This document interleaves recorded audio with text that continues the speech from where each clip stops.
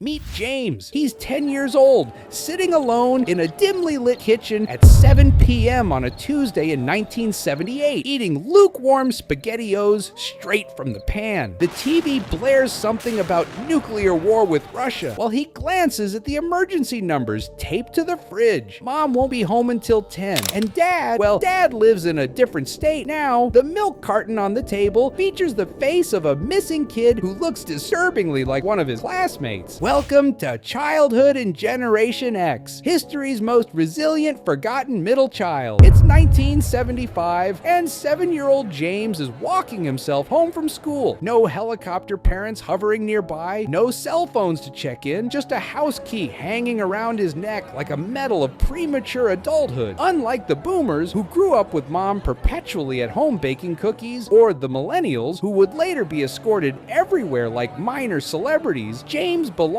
to the Latchkey generation. Independence wasn't a parenting philosophy, it was a necessity. With divorce rates skyrocketing and both parents entering the workforce, James's childhood resembles an unsupervised social experiment. He makes his own after-school snacks, bandages his own scrapes, and tiptoes around the house during his mother's precious nap time between her day job and night shift. Just figure it out becomes the mantra of his generation. By age 12, James can cook 5 different meals, knows how to operate every appliance in the house, and has accidentally watched the Texas Chainsaw Massacre at his friend's house because nobody was around to stop them. It's 1980, and 15-year-old James rides his bike across town at dusk. No helmet, no GPS tracker, no parental approval. Crime rates are soaring. Stranger danger is the new bogeyman, and Adam Walsh's face is seared into the national consciousness. Boomers got Leave It to Beaver. Millennials would get baby monitors well into elementary school. James gets a world where his cartoons show coyotes being crushed by anvils.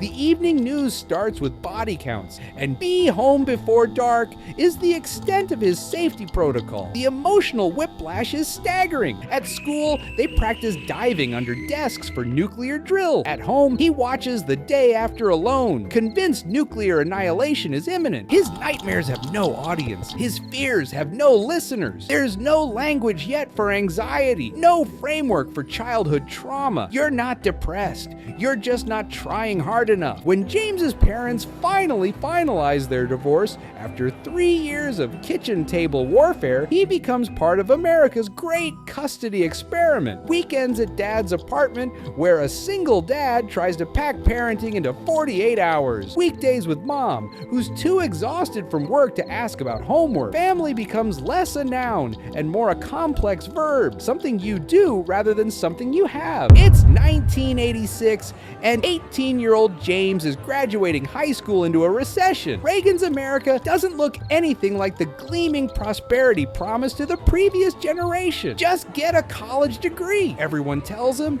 so he takes out his first student loans, becoming part of the first generation to start adulthood buried in debt. Unlike boomers who could work a summer job to pay for college, or millennials who would later have their helicopter parents manage their education, James navigates financial aid forms alone, picking a practical major because dreams are for people with safety nets. At orientation, someone hands him a credit card application along with his class schedule. Predatory lending disguised as adulthood. At 19, he's juggling classes and a job at the campus bookstore, watching the stock market crash on the communal TV in his dorm lounge. Black Monday feels like confirmation of what he's always suspected. The system isn't just broken, it was never designed to work for people like him in the first place. It's 1992, and 24-year-old James feels something unfamiliar. Optimism. Flannel-clad and cynical, he's found his tribe in grunge music and indie films. Kurt Cobain screams what James has felt his entire life. Angry, overlooked, suspicious of authority. For the first time, his generation's alienation has a soundtrack and a fashion state. The economy is picking up, tech startups are hiring, and James lands a job at a CD-ROM development company. He buys his first computer, gets his first apartment without roommates, and starts to believe maybe, just maybe, things are looking up. Clinton's in office talking about the information superhighway. Reality Bites is in theaters validating his existence. And suddenly being young doesn't feel like a punishment. James dares to imagine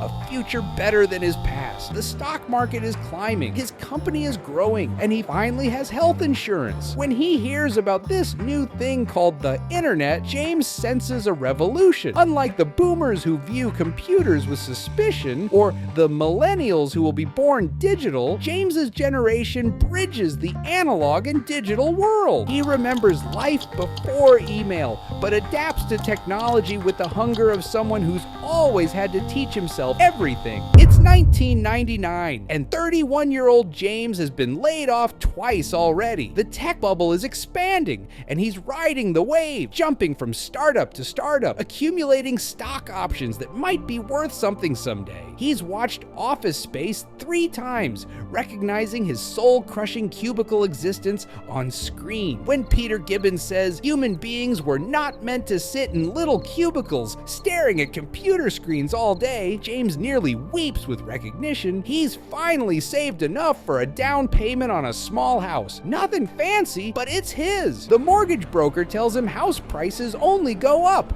a statement James greets with his generation's trademark skepticism. Still, he signs the papers. Maybe the system can work for him after all. Then the dot-com bubble bursts. His stock options become worthless overnight. Friends lose jobs, apartments, relationships. James hangs on by his fingernails, taking a soul-crushing corporate job because health insurance matters more than job satisfaction when you're in your 30s. It's 2008, and 40-year-old James watches in horror as the housing market collapses. The equity in his modest home evaporates. His 401k loses half its value. The rules have changed again, without warning or apology. Unlike the boomers with their established careers and paid-off mortgages, or the millennials still young enough to start over, James is caught in the middle again. Too invested to walk away, too broke to ride it out. His parents need financial help as their retirement plans crumble. His younger colleagues have the energy of youth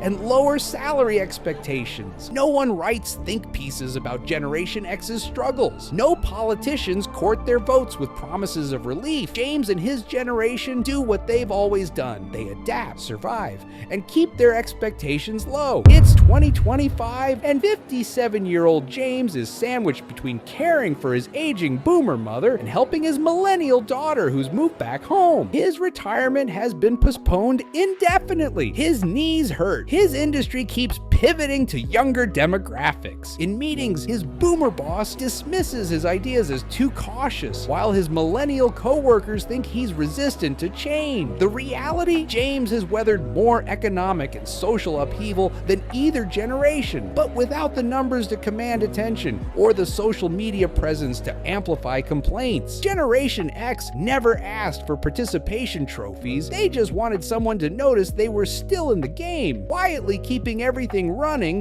while being blamed from both sides. James's generation built the bridges between analog and digital, between the rigid social structures of the past and the fluid identities of the future, between blind institutional trust and necessary skepticism. They're the first generation to realize the American promise was conditional, that the social contract was written in disappearing ink, that resilience isn't always rewarded but is always necessary. They're not the greatest generation or the digital natives. They're the generation that learned that sometimes survival itself is the victory. Would anyone want to be Generation X? Only if they enjoy being invisible until something needs fixing, blamed until something succeeds, and forgotten until someone needs a translator between technological epochs or warring generations. But the next time you stream your favorite 90s show, download music instead of buying it at a store, or work remotely without wearing a suit. Thank a Gen Xer like James. They weren't just forgotten by history, they were busy building the future while everyone else was fighting about who got the credit. If you made it this far, congrats! You've officially survived the chaos. Go ahead and like the video as a form of emotional support. Subscribe if you enjoy brutally honest breakdowns, and share it with someone who still thinks this was a good idea. They deserve to know the truth.